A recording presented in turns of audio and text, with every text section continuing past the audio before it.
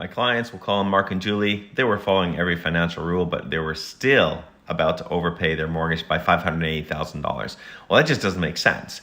And they didn't make that mistake because I caught it. Okay, so here's a little bit of background. Mark's a teacher, Julie's a nurse. They live just outside of Vancouver in a $1.3 million home with $500,000 mortgage. Quite manageable, given their income and everything. They also own a rental property to help out, $500,000 value. They make about $1,900 on the rental income. Everything looks great.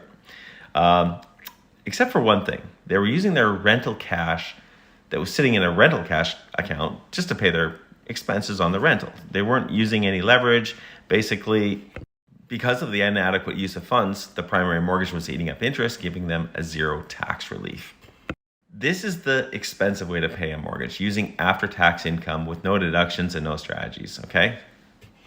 I show them how to redirect that $1,900 rental income toward the home mortgage directly, use a HELOC to pay the rental bills, and that flipped their mortgage interest into something called a tax deduction, which makes a huge difference. Just check this out. They cut 151 mortgage payments. They were able to cut their mortgage payments by 151 payments right there, and they were able to earn back $41,000 in tax refunds, and we fast-tracked their mortgage freedom date to just over 17 years right here. So it's a huge difference.